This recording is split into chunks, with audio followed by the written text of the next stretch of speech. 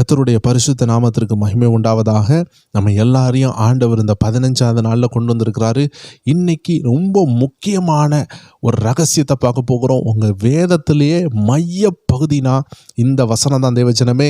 இந்த ஒரு வசனத்துக்கு நீங்கள் கீழ்ப்படிச்சிட்டிங்கன்னா எவ்வளோ பெரிய பிசாசையும் ஜெயிக்கலாம், எவ்வளோ பெரிய சூழ்நிலையும் ஜெயிக்கலாம். இது நான் மட்டும் சொல்லலை, எனக்கு ஆவிக்குரிய வாழ்க்கையில் நிறைய ரகசியங்களை கூட சொல்லி தந்த தேவ மனிதர்களால் சொல்லப்பட்டதும் ஊழியர்களால் சொல்லப்பட்டதும் விசேஷமாக இவர்கள் எல்லாருக்குமே பரிசுத்த ஆவியினால் கொடுக்கப்பட்ட ஒரு வார்த்தையை நம்ம பார்க்க போகிறோம்.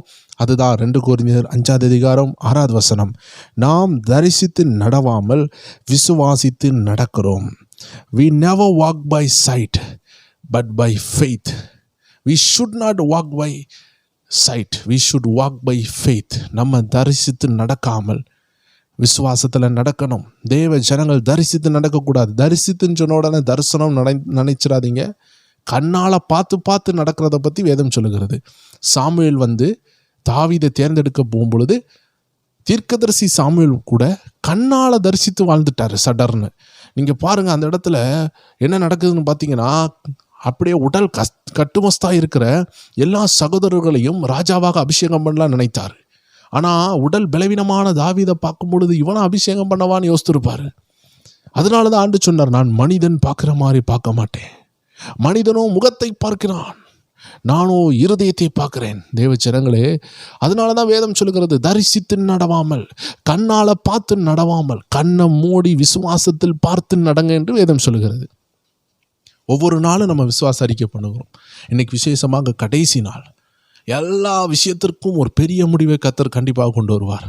இன்னைக்கு 9 மணி அளவில் அந்த அருமையான விசுவாச அறிக்கையில் நம்ம எல்லாரும் சேர்ந்து ஒவ்வொரு வசனங்களையும் கன்ஃபஸ் பண்ணுவோம். நிச்சயமாக தேவ ஜனங்கள் எங்கள் கூட இணைந்து கொள்ளுங்க.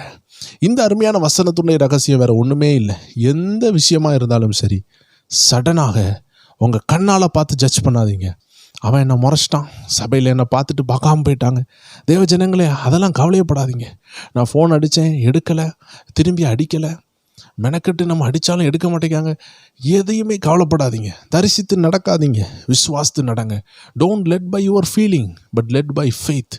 விசுவாசத்தில் நடக்கணும். உங்கள் வாழ்க்கையை திருப்பி அமைக்கணும். தேவச்சனமே, ஹியூமனுடைய கெப்பாசிட்டி, ஹியூமன் டெண்டன்சி, மனுஷனாக பிறந்த எல்லாருமே பார்த்தே பழகி வாழ்ந்துட்டாங்க, பார்த்து தான் பழகியிருக்காங்க, பார்த்தா தான் நம்புவாங்க. ஆனால் விசுவாசம் எல்லாமே எப்படி இருக்குதுன்னா, பார்க்காம நம்புறது தான் விசுவாசம். இந்த பார்க்காம நம்பக்கூடிய வாழ்க்கைக்குள்ளே நம்ம ஒவ்வொரு பேரும் நுழையணும். இதுதாங்க உங்கள் வாழ்க்கையை மாற்றிவிடும். உங்கள் எதிர்காலத்தை குறித்து உங்களுக்கு என்ன இருக்குதுன்னு தெரியலை. ஆண்டவர் உங்களுக்கு உண்டு பண்ணதை உங்கள் கண்கள் காணவும் இல்லை, காதுகள் கேட்கவும் இல்லை, அது உங்கள் இருதயத்தில் தோன்றவும் இல்லை. அப்போ அது எப்படி பெற்றுக்கொள்ள முடியும்? விசுவாசிக்கணும். You have to faith on what God has prepared for you. கர்த்தர் உங்களுக்காக ஆயத்தம் படுத்தினதை பெற்றுக்கொள்றதுக்கு விசுவாசத்தோடு காத்திருக்கணும், ஜெபத்தில் காத்திருக்கணும், உபவாசத்தில் காத்திருக்கணும். அப்போ அதெல்லாம் வெளிப்படும். நீங்கள் தரிசித்து நடந்தால் தோற்று போயிடுவீங்க. கோலியாத்தை பார்த்து தரிசித்தீங்கன்னா பயந்துருவீங்க, ஆனால் விசுவாசித்தீங்கன்னா ஜெயித்துருவீங்க. செங்கடலை பார்த்து தரிசித்தீங்கன்னா கண்ணால் பார்த்தீங்கன்னா பயந்துருவீங்க, விசுவாசித்தீங்கன்னா ஜெயிப்பீங்க. அக்னி ஜுவாலையை கண்ணால் பார்த்தீங்கன்னா பயப்படுவீங்க, விசுவாசித்தீங்கன்னா ஜெயித்துருவீங்க. இன்றைக்கி இருக்கிற பிரச்சனையை கண்ணால் பார்த்தீங்கன்னா பயப்படுவீங்க, கர்த்தரை முன்னிறுத்திங்கன்னா அது உங்களை கண்டு பயப்படும். அருமையான ஜார்ஜ் முல்லர் அடிக்கடி சொல்லுவார் அல்லவா, எப்பொழுதுமே எனக்கு பிரச்சனை பெருசாக இருக்குதுன்னு சொல்லாதீங்க, பிரச்சனையை பார்த்து நீங்கள் சொல்லணும், எனக்கு பெரிய கர்த்தர் இருக்கிறாருன்னு சொல்லணும்னு சொல்லுவார். இன்றைக்கி மக்களுடைய வழக்கம் என்ன? கர்த்தர்கிட்ட போயிட்டு, ஆண்டவரே எனக்கு பெரிய பிரச்சனை இருக்குப்பான்னு அழுவாங்க.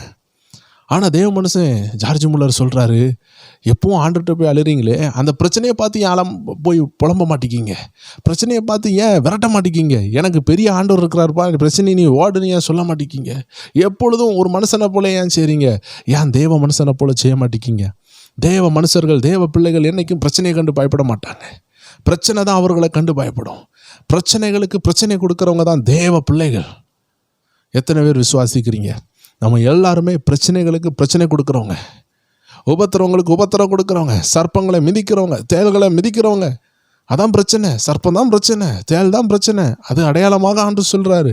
அவைகளே மிதிக்கக்கூடிய அதிகாரம் உங்களுக்கு கொடுத்துருக்குன்னா, நீங்கள் தான் பிரச்சனை கொடுக்குறவங்க, உபத்திரவத்துக்கே உபத்திரம் கொடுக்குறவங்க, பிசாசுக்கே போராட்டம் கொடுக்குறவங்க நீங்கள் தான், பிசாசை விரட்டுறவங்களே நீங்கள் தான். ஆனால் சாத்தான் எப்போவுமே உங்களை தரிசித்து வாழ வைப்பான், மாம்சத்தில் வாழ வைப்பான். சிம்பிளாக சொல்கிறேன், எளிய முறையில் சொல்லுகிறேன்.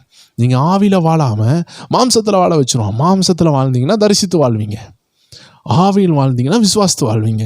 அதான் ஆண்டு சொல்கிறார், தரிசித்து வாழாமல் விசுவாசித்து வாழுங்கள். எத்தனை பேருக்கு புரிந்துன்னு எனக்கு தெரியல, ஆனால் நான் விசுவாசிக்கிறேன். கர்த்தர் உங்கள் இருதயத்தில் இதை புரிய வச்சுருப்பாருன்னு எல்லாரும் கண்களை மூடி ஜெபிப்போமா?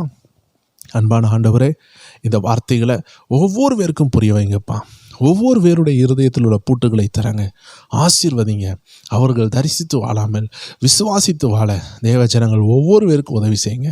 ஒவ்வொரு பேருக்கும் இந்த அருமையான ரகசியம், இந்த புதிய ஏற்பாட்டில் நீர் கொடுத்த ரகசியம் அவர்கள் வாழ்க்கையில் செயல்பட ஒரு ஊழியனாக ஆசீர்வதிக்கிறேன். எல்லாரையும் ஆசீர்வதிக்கிறோம்.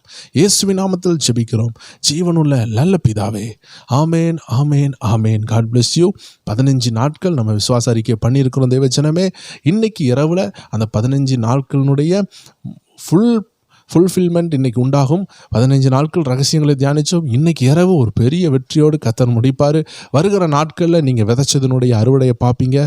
இரவு நேரம் 9 மணி அளவில் உங்களை சந்திக்கலாம். God bless you.